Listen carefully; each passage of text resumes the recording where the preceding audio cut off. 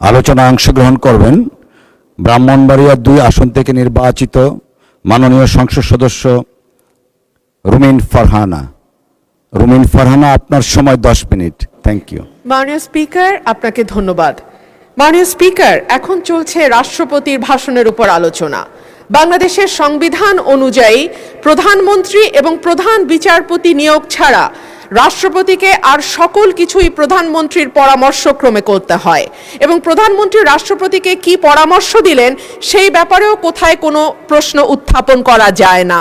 সে কারণেই দীর্ঘদিন ধরে রাষ্ট্রপতি এবং প্রধানমন্ত্রীর ক্ষমতার ভারসাম্য আনবার ব্যাপারে বারবার আলোচনা হয়েছে। সরকারি দল, বিরোধী দল, 24-এর অভ্যুত্থানের আগে পরে সকল সময় বলা হয়েছে যে রাষ্ট্রপতি এবং প্রধানমন্ত্রীর ক্ষমতার ভারসাম্য আনা হোক।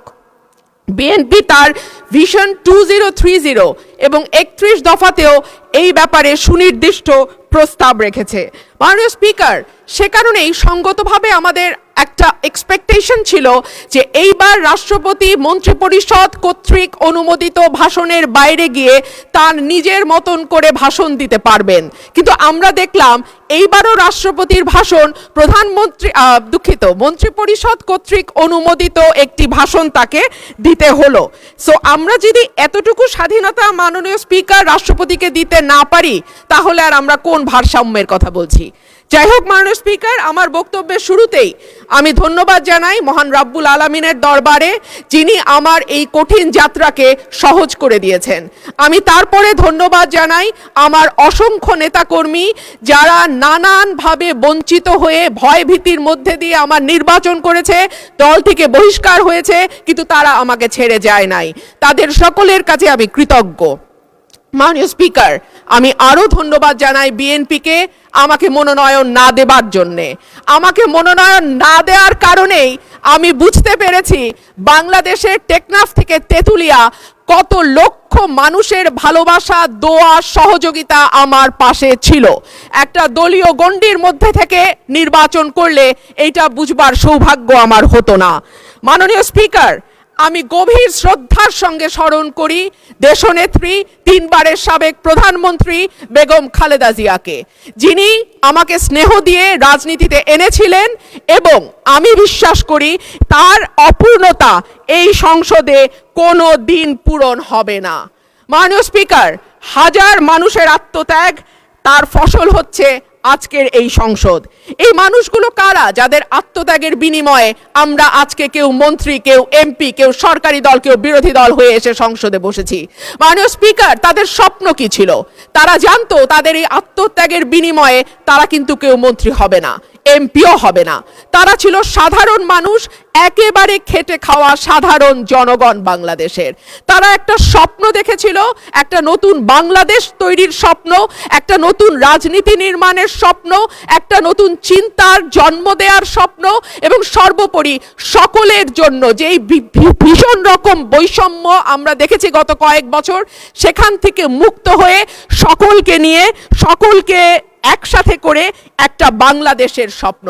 সেই সকল মানুষের কাছে আমি এবং আমি বিশ্বাস করি আমার সহকর্মী এই সংসদ সদস্যরা সকলেই কৃতজ্ঞ।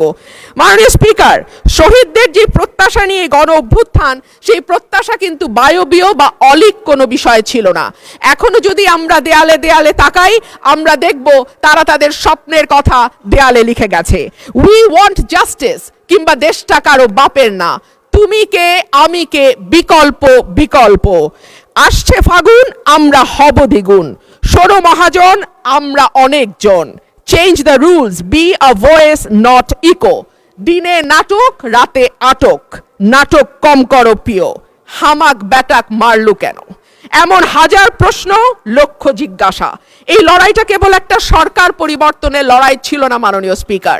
যেই কথাটি আমি বলেছি, একটা স্বপ্ন, একটা নতুন বাংলাদেশ, সকলকে নিয়ে সকলের বাংলাদেশ গঠন করবার একটা স্বপ্ন নিয়ে এই গণ অভ্যুত্থান হয়েছিল।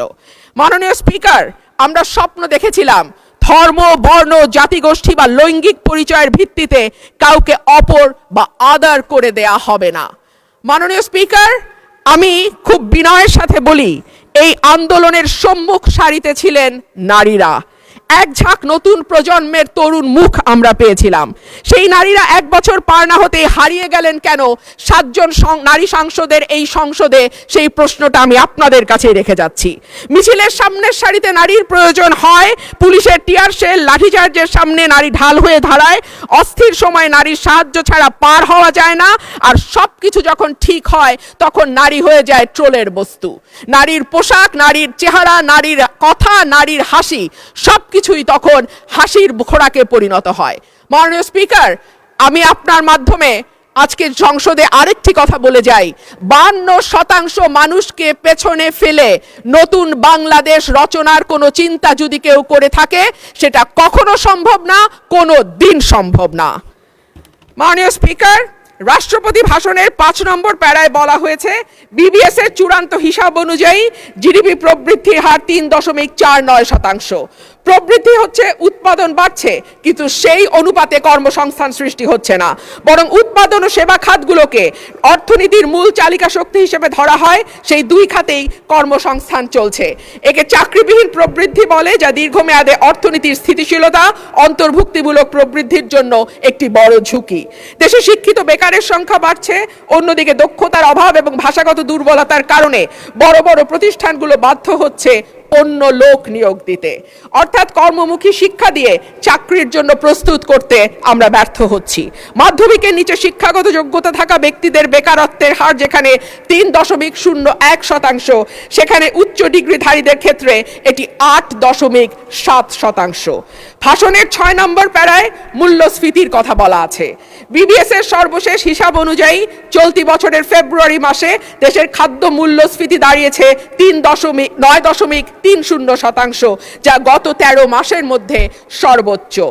উচ্চ খাদ্য মূল্যস্ফীতির কারণে বিশ্ব ব্যাংকের ঝুঁকিপূর্ণ দেশগুলোর লাল তালিকায় অলরেডি বাংলাদেশের নাম গেছে। এর সরাসরি প্রভাব পড়ে নিম্নবিত্ত এবং মধ্যবিত্ত মানুষের ওপর, যাদের মোট আয়ের 2/3 থেকে অর্ধেক পর্যন্ত খাবার কিনতেই চলে যায়। ক্রমাগত মূল্যস্ফীতি দারিদ্র্য বাড়ায়, পুষ্টিহীনতা তৈরি করে এবং আগামী প্রজন্মের মেধা বিকাশে সরাসরি প্রভাব রাখে। মাননীয় স্পিকার, প্যারা 7 রাষ্ট্রপতি 19 ফেব্রুয়ারি পর্যন্ত বৈদেশিক মুদ্রার যে রিজার্ভ, সেটা দাঁড়িয়েছে $34.78 বিলিয়ন বলে ঘোষণা করেছেন। এই বৈদেশিক মুদ্রা আয়ের প্রধান খাত হলো পোশাক রপ্তানি। এরপর আছে প্রায় 1 কোটি প্রবাসীর পাঠানো রেমিটেন্স, বৈদেশিক ঋণ, ফরেন ডিরেক্ট ইনভেস্টমেন্ট বা FDI, বৈদেশিক অনুদান ইত্যাদি। একক শিল্প হিসেবে তৈরি পোশাক খাতের উপর অতিরিক্ত নির্ভরতা, বৈদেশিক ঋণ বেড়ে $113.51 বিলিয়ন হওয়া, FDI এর ক্রমাবনমন ইত্যাদিকে মোকাবেলা করতে হলে রফতানি পণ্যের বহুমুখীকরণ, বিনিয়োগ বান্ধব পরিবেশ তৈরি, বিদেশে দক্ষ শ্রমশক্তি প্রেরণের কোনো বিকল্প নাই। সম্প্রতি সিপিডির সম্মানীয় ফেলো প্রফেসর মোস্তাফিজুর রহমান বলেন, ভবিষ্যতে ঋণ পরিশোধের চাপ আরো বাড়বে, তাই এখন থেকেই আয় বাড়ানোর দিকে নজর দিতে হবে। রপ্তানি ও প্রবাসী আয়ের প্রবাহ শক্ত না হলে এই চাপ সামাল দেয়া সত্যিই কঠিন। পাশাপাশি হুন্ডি ও অর্থ পাচার বন্ধে কঠোর ব্যবস্থা নেওয়ার কথা বলা হয়েছে।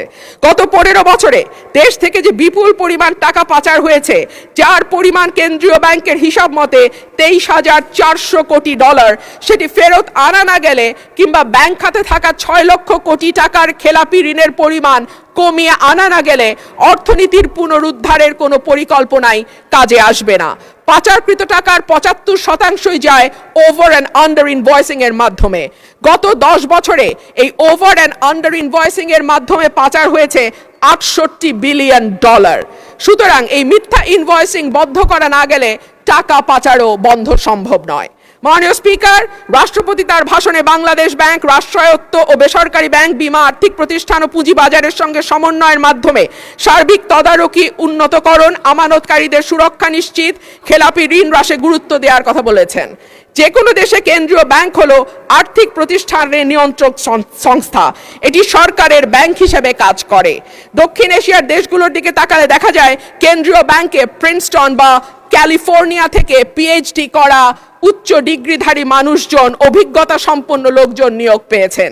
অন্যদিকে বাংলাদেশে নতুন সরকার গঠনের পর যিনি নিয়োগ পেয়েছেন, তিনি হলেন বিএনপির নির্বাচন পরিচালনা কমিটির সদস্য এবং একজন সোয়েটার ফ্যাক্টরির MD। মাননীয় স্পিকার, আমি আপনাকে অনুরোধ করব আমার সময় 2 মিনিট বাড়িয়ে দিতে। মাননীয় স্পিকার, একই ঘটনা আমরা বিশ্ববিদ্যালয়ের উপাচার্য নিয়োগের ক্ষেত্রেও দেখেছি। সবগুলো বিশ্ববিদ্যালয়ে দলীয় ভিসি প্রভিসি নিয়োগ দেওয়া হয়েছে। দল করা দূষণীয় কিছু নয়, কিন্তু দল না করলে যদি নিয়োগ না হয় সেটা দুর্ভাগ্যজনক। দলদাস শিক্ষকদের হাতে। ধন্যবাদ মাননীয় সদস্য। মাননীয় সদস্য, মাননীয় চিফ হুইপের অনুরোধে অলরেডি আপনাকে আজকের দিনের মধ্যে সর্বোচ্চ সময় দেওয়া হয়েছে 10 মিনিট। আপনার বক্তব্যের ফ্লো যেন ঠিক থাকে সেই জন্য টানা 10 মিনিট দেওয়া হয়েছে।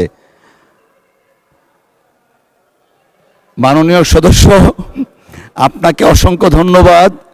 আমাদের মাননীয় সদস্য,